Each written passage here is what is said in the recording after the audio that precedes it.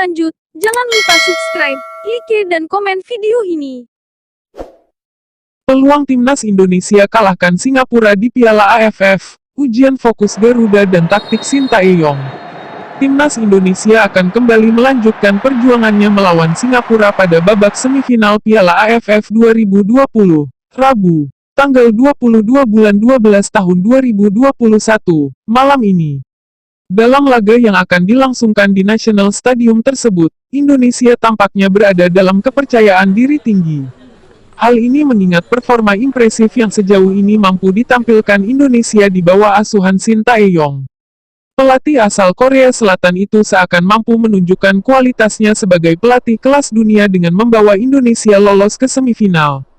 Tak hanya sekedar lolos saja, Indonesia juga belum terkalahkan sekalipun telah bertemu tim sekelas Vietnam dan Malaysia. Skuad Garuda yang mayoritas menurunkan para pemain mudanya juga mampu lolos sebagai juara grup, mengungguli Vietnam selaku juara bertahan.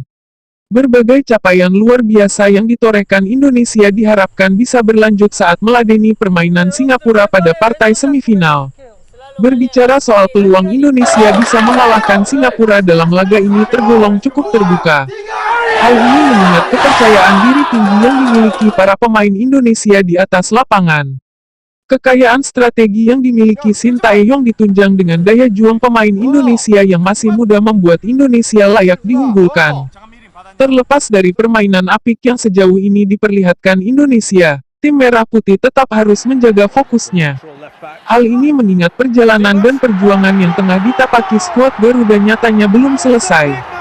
Kelolosan dari babak penyisihan grup terlebih dengan status juara grup barangkali lebih tepat dijadikan motivasi agar tak terlena. Hal itu pun ditegaskan oleh Sintayong yang berharap timnya selalu memandang bahwa setiap laga selayaknya pertandingan final. Pemain saya telah melakukannya dengan baik, fokus pada pertanding seperti saat melawan Vietnam dan Malaysia, tegas Sintayong. Seluruh tim Indonesia selalu menganggapnya sebagai final. Pernyataan yang disampaikan Sintayong seakan menjadi sinyal bahwa para pemain harus kembali berjuang setelah berhasil menyelesaikan tugas dengan baik di babak penyisihan grup. Juru taktik Korea Selatan itu mencoba kembali mengingatkan bahwa setiap laga harus dianggap seperti final. Alhasil energi positif dan daya juang untuk memberikan terbaik selalu ada dalam benak pemain. Dan laga melawan Singapura secara tidak langsung akan menjadi fokus bagi skuad Garuda untuk tetap menjaga performa terbaiknya di Piala AFF 2020.